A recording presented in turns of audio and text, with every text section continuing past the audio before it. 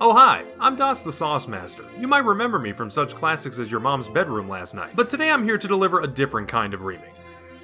Burn the Witch. So first, some introductions. This is actually the third episode of Worst Anime Ever Made. It only took 5 years. And you know, going into the show, I've been seeing the hype around the new arc of Bleach really heating up recently. And pretty much every time that happens, I honestly feel jealous. I'm out of the loop, if you will. I am loopless. I feel naked and afraid in the presence of Bleach fans. So I think it's time I at least dip my toe into the universe. And what luck that we have Burn the Witch, a spin-off series to whet my appetite with. Now, obviously me writing this after getting mad enough to title the video what I've already titled, it doesn't really make any sense, but let me make one thing perfectly clear. I do not / did not harbor any ill will towards the Bleachverse. And I primarily never talked about it before only because Endless Jess's review of it was kind of perfect. You don't need anyone else to talk about it. And I don't even care if it got taken down. The video will always live on in my heart. It was also better than this entire anime. We open on an alleyway. A girl on the run from the paparazzi wearing a hoodie and sunglasses enters the frame. She then uses Google Lens to fucking platform 2 3/4 isekai herself like it's a Japanese Final Fantasy XIV commercial. And then this legitimately stupid narration finally ends. If magic only works on fools, then better off being the one who's casting the spell. What the fuck? We'll come back to that later. Trust me. This is Panty and Stocking. They are on a quest to defeat the God Deer. Edge of my voice. Revenger Joe's Iron Key. The fuck did she just say? That sounds like the most overpowered SNES game ever. I think I've seen that actually. They might have remastered that for the PS3. Get used to them saying random Mambo number 5 type shit like that, by the way. And if you think they ever once explain what these schools of magic are, you clearly don't know what you've gotten yourself into. Oh, but while I was talking, they did it. They beat the deer. Anime's over. I don't have to talk about it anymore. Nah, I'm just kidding.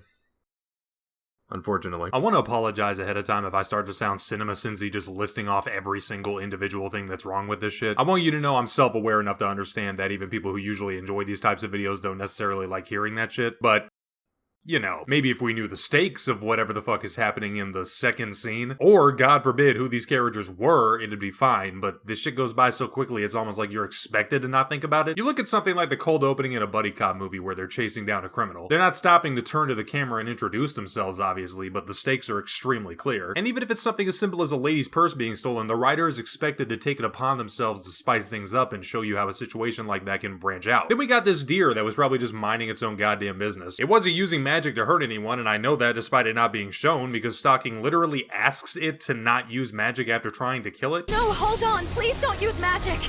Your magic, it'll make your antlers bloom! It's just funny because in the context of her hunting down a wild animal, you gotta ask yourself, what did you expect? She's deadass only saying that because she needs to explain out loud how hunting for achievements works in this universe, something that never comes up in the plot again. Also, and this is important, the deer can't understand words? Actually, wait, what happened to the deer after this? Did they just toss it in the meat grinder? Basically, to summarize here, we're watching a character we don't know anything about do something that makes no sense unless she knows she's in an anime. All while the anime would literally make more sense without having this scene, regardless of context. But see, that's the great thing about Burn the Witch. It doesn't matter how important a scene is or how much context they give you. It's still bullshit. Here's some of the most crucial clips in the show. We'll juxtapose it. Watch. Dragons, mythical creatures, but in truth, they are neither mythical nor creatures. You got some balls, you know that? 72% of deaths in London have been caused by grotesque beings known as dragons. You got some fucking balls, you know that? That is the reason why they are so prominently displayed on London's coat of arms.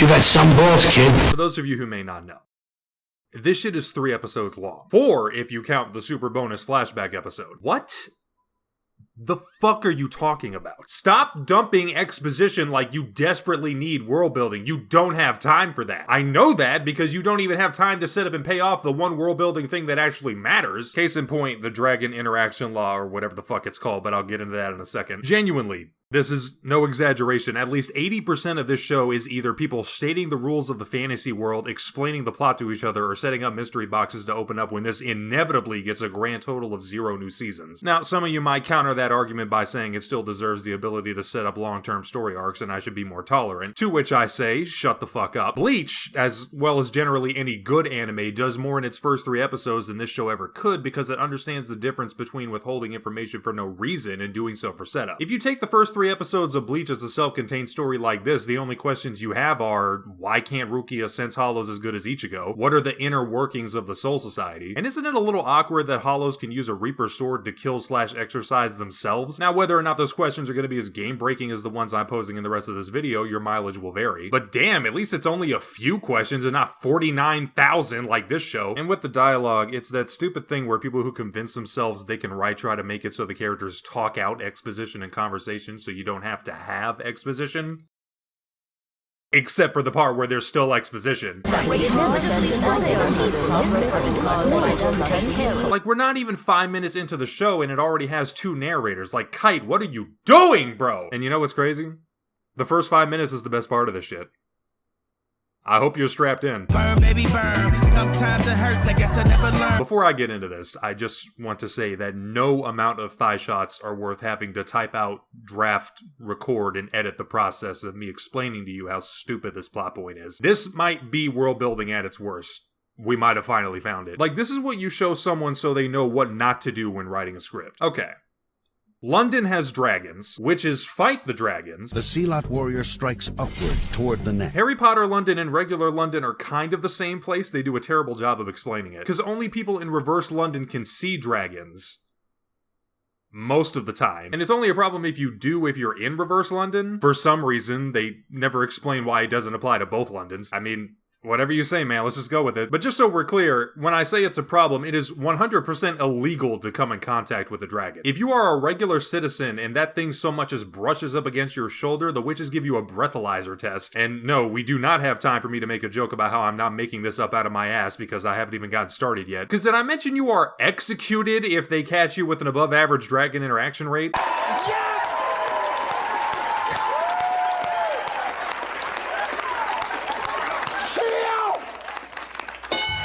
What is it with these jabroni-ass animes trying to see a comic get killed? You ever notice how the worst shows in history always throw around the concept of execution and death like it's going out of style? Only for the actual plot to be that meme of SpongeBob and Patrick riding that 1-foot-tall roller coaster. Like, no humans die on screen in the show. And yet, still, the one dude they used the breathalyzer on was just on a roof and got knocked off by a guy hanging onto a dragon. But nah. They still had to test him to see whether or not he should die. Keep in mind, the only reason he even got close to a dragon in the first place was because the witches have a pet dragon dog hanging around, and the dude who takes it out on a walk was hanging from it. Don't fucking ask. I guess it doesn't count as a dragon as long as it's in its dog form. Osushi's wings usually appear when you try to bark like Osushi, or whenever you sneeze, or when you start cracking up at something, or when you're in mortal danger, Balgo. Either way, when the dog sprouts its wings, that's when any regular person who touches it has 3 million stars in GTA. I think that might be the single most responsible thing ever written into an anime. I see no ways that could take a turn for the worse. And the people in charge of the Witch Place are definitely interesting characters. Can you tell because of how stupid they are? I love it when no one in an anime is competent, meanwhile I'm expected to root for them. Amazing. Mission complete. That right there is why you're the best, boss.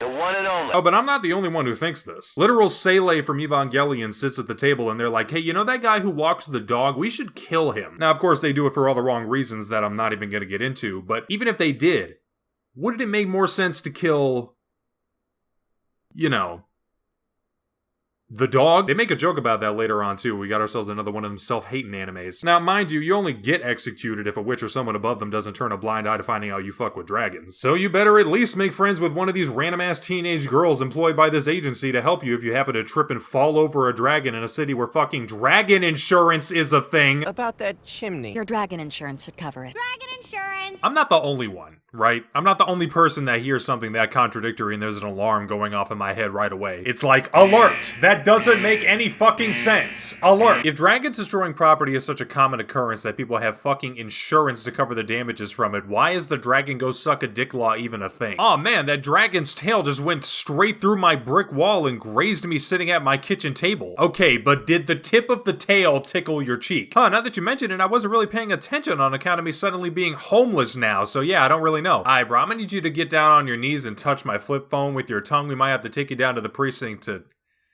tie you to an electric chair. I'm laughing, but only because that sentence just unironically came out of my mouth. Which reminds me, the other 20% of this show is just banter between the characters, and it's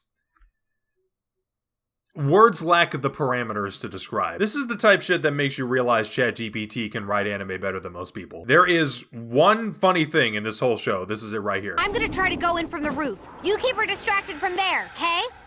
Ninny, wait! That was fucking hilarious, and you want to know why? Because when you write terrible characters that are stupid and don't have anything likable about them, it's funny to watch them get hurt. And I'm being entirely serious when I say these two are the best possible example of that. You're doing this for the money. I'm doing it for the prestige. But so we don't sound awful, we're doing it for society! Multiple times throughout watching this shit over and over again to make this video, I kept asking myself, who are the good guys in Burn the Witch? It's not the main characters. It's not this Gaylord. And if my arms start to slide up, they might brush against your boobs. Just the thought of getting to bask in the warm aura emanating from your body. I've been craving and burning to be held by a man! He's the second most important person in the plot, by the way. The most important person is the dude who hands out the contracts to the witches. But unfortunately, to explain him, I have to explain the plot. God help me. Yes, guess who's on third? So Penny knows this lady. This is an unedited shot, the first shot of episode 2 actually, where they dump exposition about her. I want you to see how bad it is.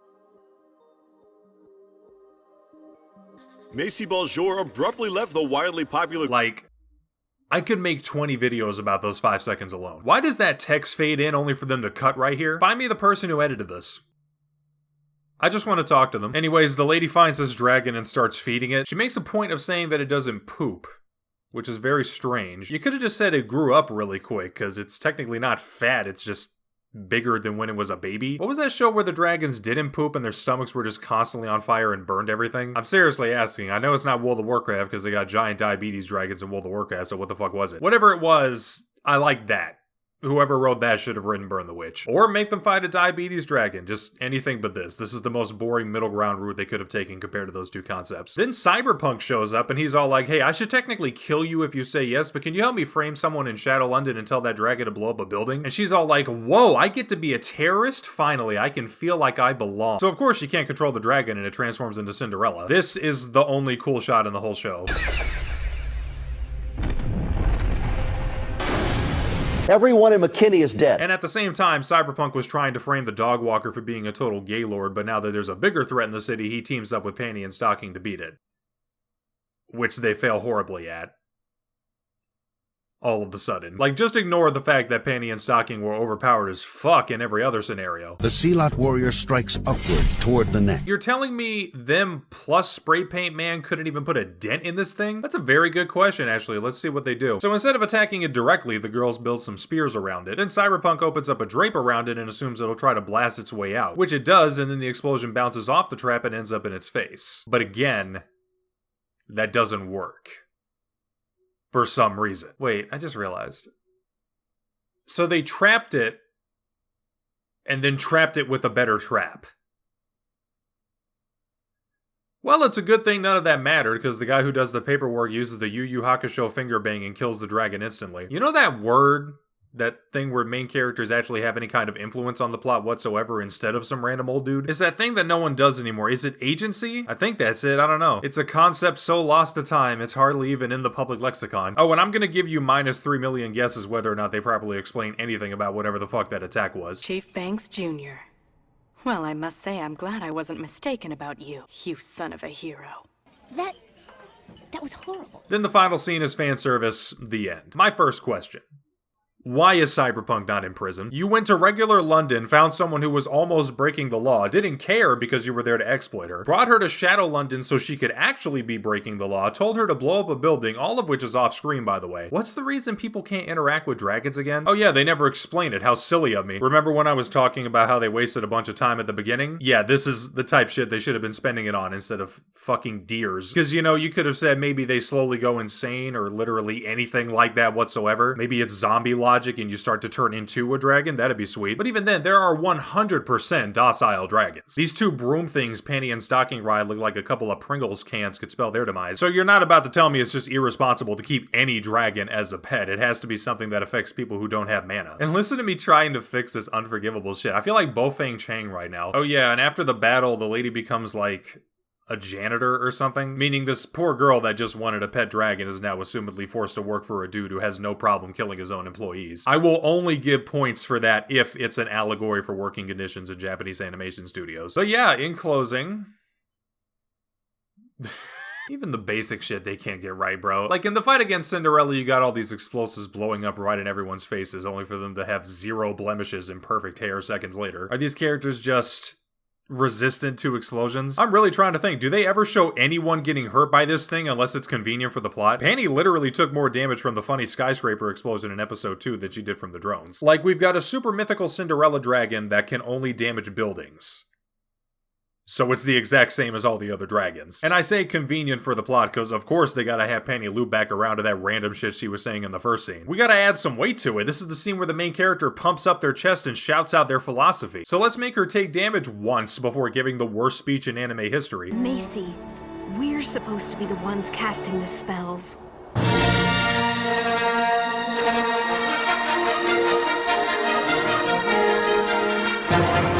Okay, let me get this straight.